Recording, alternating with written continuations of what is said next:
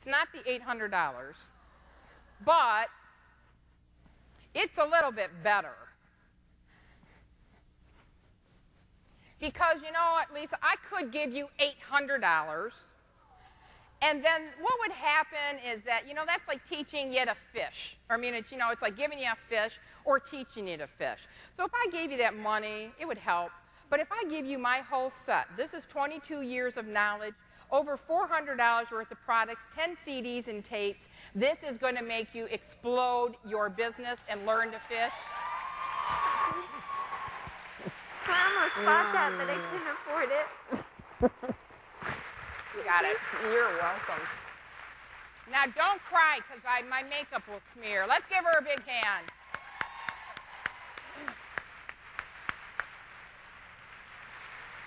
See, you need to learn how to fish.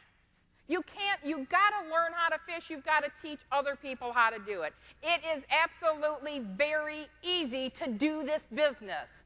You have to believe it's easy to do this business. How many of you believe that one booking makes a difference?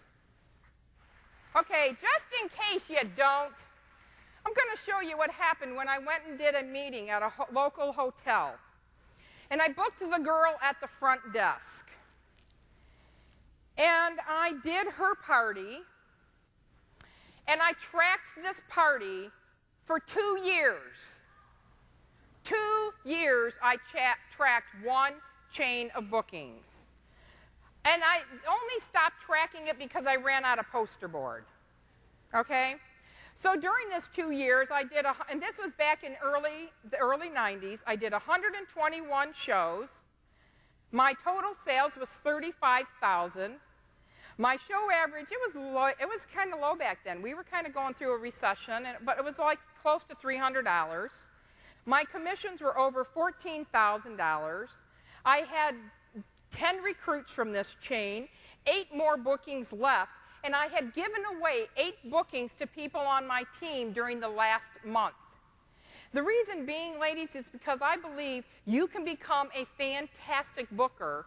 If you don't want to do all the parties or the home shows, give them away to your team members. They'd love to do them. Just go out there and book them, book them, book them. Have fun booking them and help your team.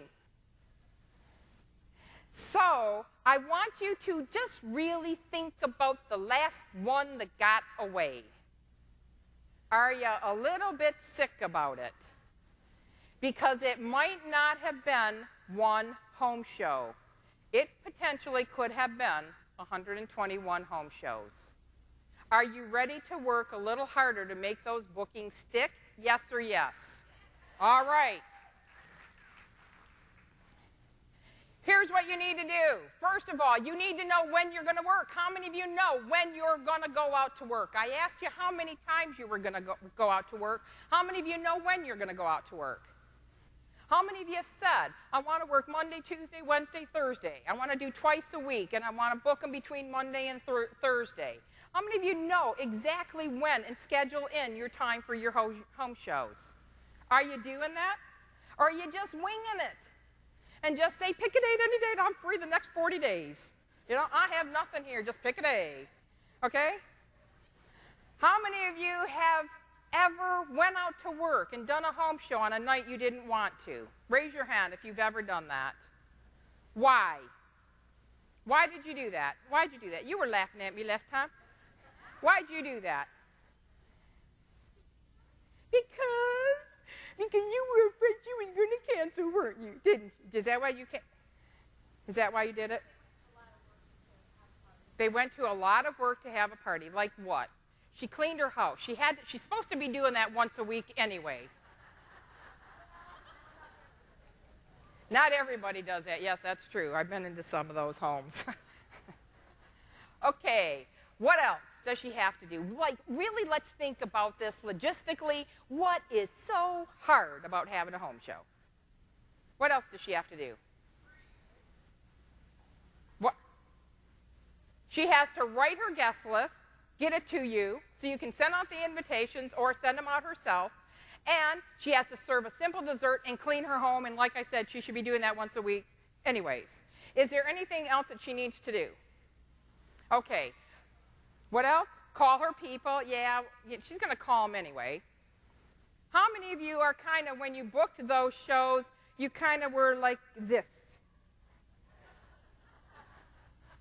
You were a little afraid that if you didn't do that home show on the night she wanted, that she was going to say, I am not going to have a home show for you. How many of you have done that? Just because you're afraid she was going to say, I'm not doing it. Who's the biggest chicken in this room? Oh, a lot of hands went up. Okay, here's what you do. The best thing you can do for yourself is validate what you're doing when you're in there. You walk into your home show and you say, ladies, I love this business because I can work this business around my family and other obligations.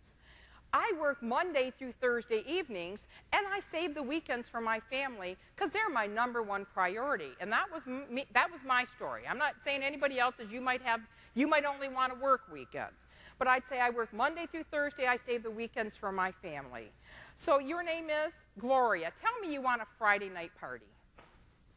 You guys are at my home show, and you want to book one, but you want to book on a Friday night.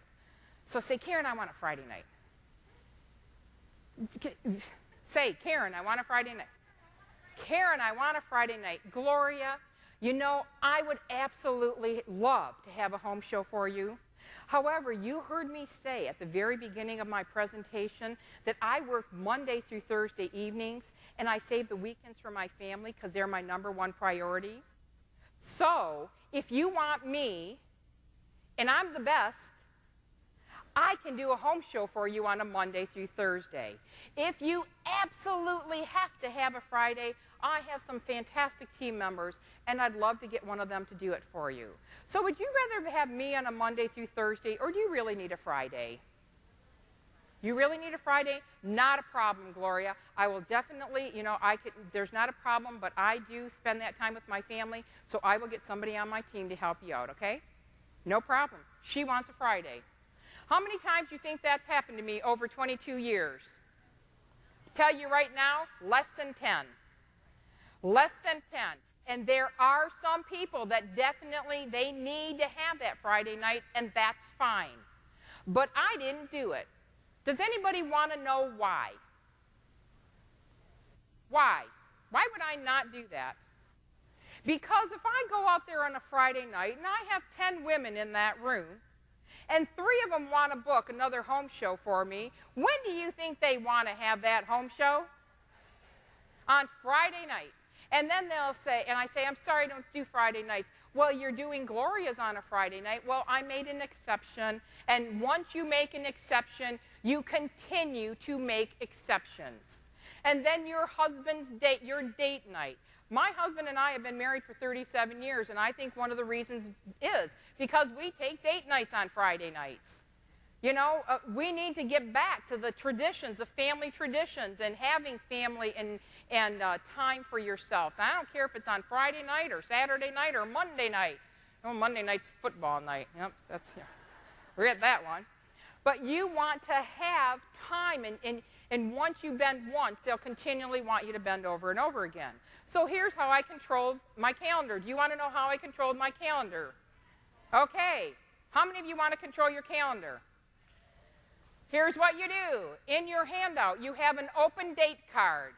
Do you see your open date card there? I don't have this particular handout. Yes, there you got it, right there. Okay, you have the open date card. You have permission to go home and run copies off, so you don't want to write on this one. You can take it home, you can duplicate it. And I never opened my calendar for anyone. All I did was work out of my open date card. And I worked 1 week at a time. So you take that open date card, you make some copies of it, and the first week that you have available dates, which could be maybe the first or second week of August, you write down the dates that you have available that you want to go out there and work. And that you put that on side 1 of your open date card. Then you fold the open date card in half,